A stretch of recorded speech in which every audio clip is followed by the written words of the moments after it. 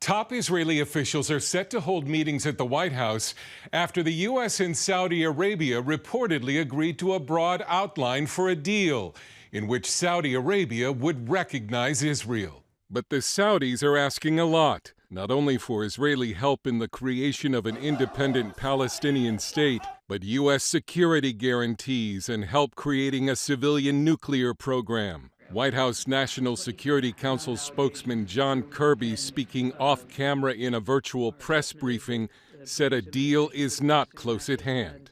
Quite frankly, just to be blunt here, I think the reporting has left some people with the impression that discussions are farther along and closer to some sense of certainty than they actually are. But former Israeli ambassador to the UN, Danny Danon, says he believes Saudi Arabia is likely to join the Abraham Accords and normalize ties with Israel within the next year, while former U.S. ambassador to Israel, Martin Indyk, compared the complexity of the deal to a Rubik's Cube. This three-way deal, which is what it will be between Israel, the United States, and Saudi Arabia if it comes about, it's kind of like a Rubik's Cube. There's so many moving pieces that have to be put into place in an intricate diplomatic dance. Dr. Ariel Cohen of the Atlantic Council's Eurasia Center said all the demands made by the Saudis will make a deal difficult. The Saudis, the prince, he wanted nuclear technology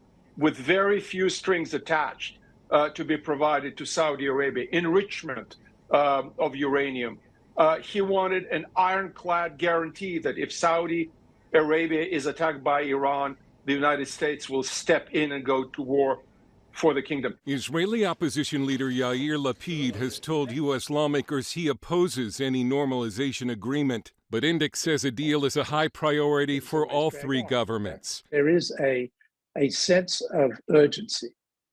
And what's important about this is not only that the sense of urgency appears to be matched by Crown Prince of Saudi Arabia, but of course it's matched by Prime Minister Netanyahu, which for him is one of his most important foreign policy priorities now. He can taste the possibility of peace between Israel and Saudi Arabia. The White House wants to complete the deal before the presidential election season heats up.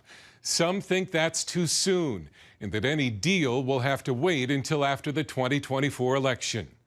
Hurd, CBN News.